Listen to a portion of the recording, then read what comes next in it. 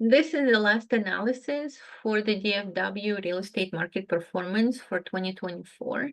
Today is December 8th, so I'm going to be taking a look at the number that we have up to November. So this is for the Dallas, Collin, Denton, and Tarrant counties in the North Texas area. Let's take a look. My predictions today, instead of just analyzing the numbers, I want to make predictions on what we're going to see heading into the first quarter of 2025. Right now, this section is 2024 performance for the DFW market, single family residential, 3 to 4 bedroom on a resale side. So what I'm seeing here is that we are seeing a pretty much exact repetition of the scenario that we had in 2023. So if you notice, this is the 2023 performance, and this is the 2024 performance. As you can see, we're repeating the 2023 almost to a T with a slight exception, and that exception is in 2023. Pretty much, this is December for 2023, pretty much all the markets were heading slightly down toward January and the Christmas holidays, while in 2024, we have a slight surprise uptick from Tarrant County, but the rest of the counties are performing almost exactly as they were performing at the same time 1 year ago. Based on what we see in 2023, December, January, February, and March, what can we learn about the upcoming months? What we can see that last year, in December, we had a slight decrease in prices. We're talking about median prices for those counties right now. We see a slight decrease in December prices. The lowest point for the entire year was the January numbers. Now, in January, you have the contracts that were written 20, 30 days prior are closing. So as we can see, that the lowest price performance for all counties was in January, which means for December contracts. And then immediately after January, we see a price jump. That means that, for example, if it shows February price jump for all counties, it means that these contracts here were written actually in January. And then we see a slight stagnation after that, and then we go straight up till May.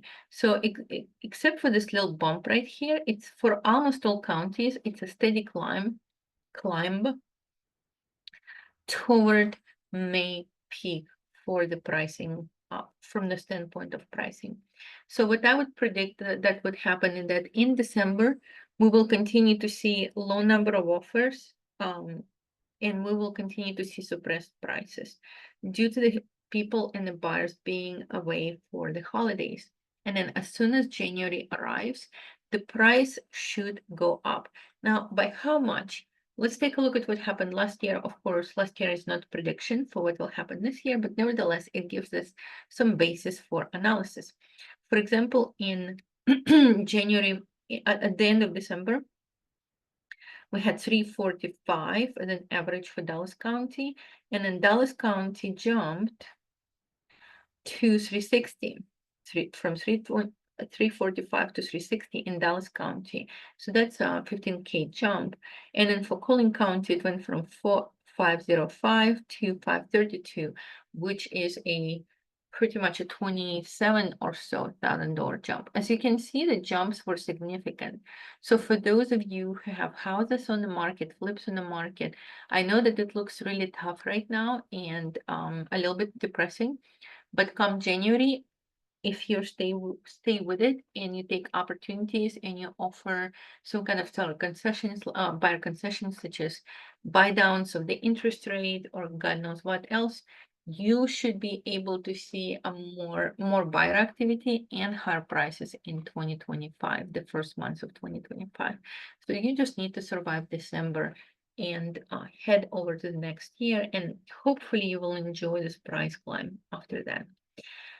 For the entire period of 2024, so we started 2024 with the following prices. We actually gained across all markets. We gained a little bit of appreciation. Dallas was starting from 345, Collin County 505, Denton average 443, and Tarrant County was average 332. Now, what you will notice is that Dallas County ended the year, as far as we know, at 365, Collin County 524, Denton 462, and Tarrant County at 350. That tells me that there were anywhere between $18,000 and about $21,000 price appreciation during the entire 2024, if we take it just from December to December. That's as far as the prices go. So my prediction is that in January, we will see increase in prices across all markets, across all counties. Let's take a look at our months of supply. I predict that months of supply will be lower simply because you have an investment property, which means it's probably a flip, which means it's probably a vacant and you can sell at any time. But look at this reduction in the months of supply. This is most likely due to the fact that many people who sell their own homes, which they occupy, decided to pull the homes off the market during the November, December holidays. This is why you see this sudden reduction in the number of homes for sale, even though the number of closed sales didn't increase that much. Now, as far as the number of homes for sale, we see a fairly similar pattern for the last 3 years, which means somewhere close to October, November, December, people tend to start pulling homes off MLS, leaving only maybe investment properties on the MLS, but then they immediately return back to normal. So right now, the congestion on unsold homes is easing up a little bit due to the holidays, but don't get too relaxed because comes January, February, and the number of unsold homes starts to climb again every year. So right now, even though the prices are kind of lower than they were, let's just say in May or June, nevertheless, the number of homes for sale is also smaller. And so the number of shoppers is also smaller. The number of buyers is smaller. But that gives you, if you're still in the market, gives you an ability to be one of the only few homes on the market during December months. Let's take a look at our closed sales, which is our demand. Here, what we see that this year, despite all its turbulences, political, economical, we are not doing anything that other years have not done. As you can see, starting from 2021, we're seeing a very similar pattern across all of the counties. You can see that many of them just trail each other almost to a T, especially the Denton and Tarrant County seem to be almost a twins-like behavior in their numbers.